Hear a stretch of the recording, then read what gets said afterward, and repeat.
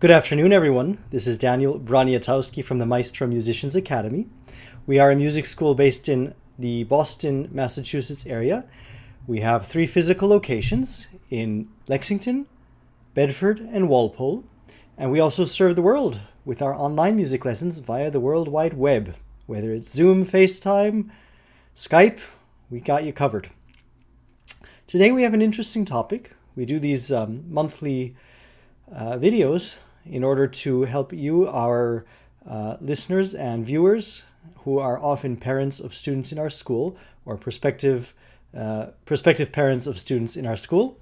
And the topic today is all about how much should parents be involved in the practicing day-to-day of their children. It's not an easy question to answer because it varies. So I'm going to talk you through different situations and scenarios. And hopefully this will be of a little bit of some help to you. Whether or not you are a parent who is just starting, someone who is interested in starting, or someone who is a seasoned veteran of our school, I think you'll find this information helpful. So let's begin. When we are talking about the concept of practice in general, usually the corollary to the question, or maybe the preceding question, is how much should my student or child practice? And that's usually the question I get asked first. And the reason why I'm leading with this question is because it's kind of related. The big answer to that question and the question about how much should you be involved as a parent is how much does music play in a role in your life and that of your child's, and how much would you like it to do so? That's the first starting point. Once you've determined that, and you've determined that having music is important in your life, then you can take the next step of saying, okay, I need to make this a priority in my family's life and my child's life. I would say the same thing for any subject, whether it's math, science. We used to call it social studies when I was a kid. I don't know what they call it now. Hopefully it's the same subject. And the basic idea is the more that you put into it with your child, the more successful your child will be. And that goes for any topic. You might say, well, I don't know the slightest thing or the first thing about music. That might be. So that's why we have instructors who are able to hopefully not just explain to the kid what it is to be practiced, but also to the parent. So we very much encourage and make it a part of our culture that parents can interact with our teachers and our administration at any time exactly for that particular kind of question. So let's talk through some scenarios. Many times we have kids who are 5 years old, 6 years old. They're just starting out and they're not really too much into the whole idea of practicing yet. It's not part of their psyche.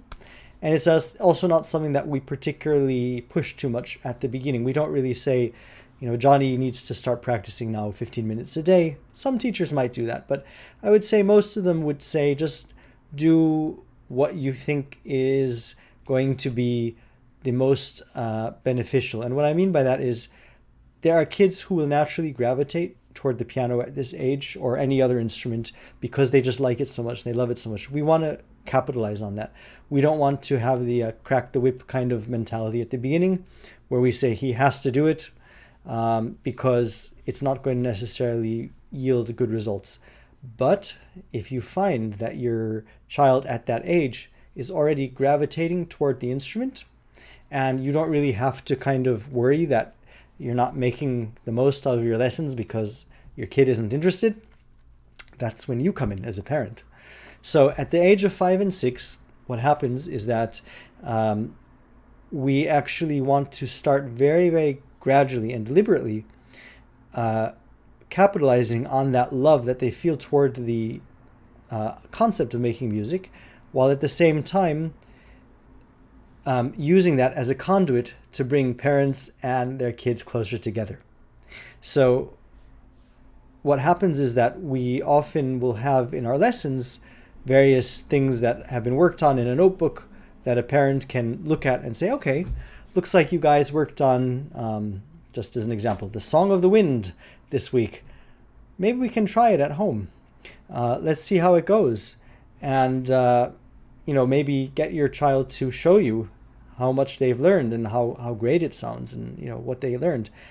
And that's when you can subtly and deliberately get in there and kind of say, okay, that sounds really good.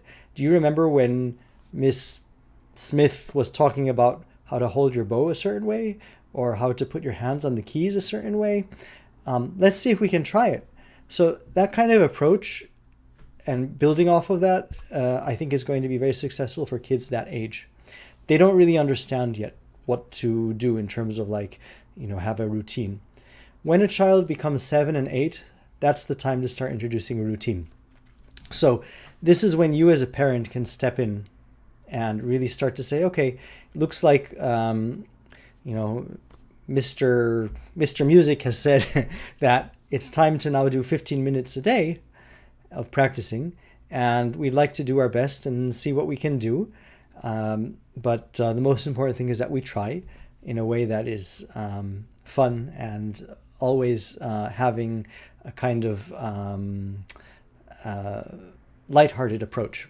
So this is what I advise at this age, that it's time at the age of 7 and 8 to start thinking about 15 minutes a day.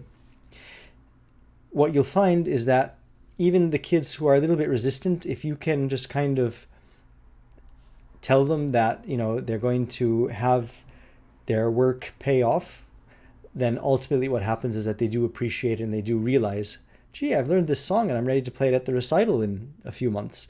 They do get there. There are some kids who are genuinely not ready at that time, and it does happen. And that's just part of, discovering what works and what doesn't for a particular kid. However, I think that in tandem with any other subject that a child is learning at school, just as you would have homework for, a subject like math, as I mentioned before, you can also start to think about homework for music as well and put it in those terms. And in general, if a child really is finding that it's something they can do, they are going to want to do it. That's one of the beautiful things about kids, is that they really do want to succeed. They do want to improve. They do want to keep on going. However, the second part of the subject of this topic is, how much ownership do I let my child have in practicing? At the age of 7 or 8, even up until the age of 9, maybe 10, most kids are not going to just do it on their own. Some will, but they're not necessarily going to do what the teacher is asking. They might go to the piano. They might even go regularly because they're having, a nice time playing and, learning what they think they're supposed to do. But you as a parent, the more you can guide them and the more you can point them in the direction that the teacher has mentioned, the better you're going to be. So I understand that not all parents have the energy or the time to spend the time at home with their kids doing this, and B, even listen intently in the lesson. We've all been there. We're there in the lesson looking at our phones while the lesson's happening. But again, just like in any subject, the more active approach you take, the more successful your child will be, and it will be a self-fulfilling prophecy in a very good way. So that's what I have to say about that. Let's talk about the older kids. Most of the time, older kids have been playing music for some time already, and they've gotten the bug has bitten them. So in other words, they already have the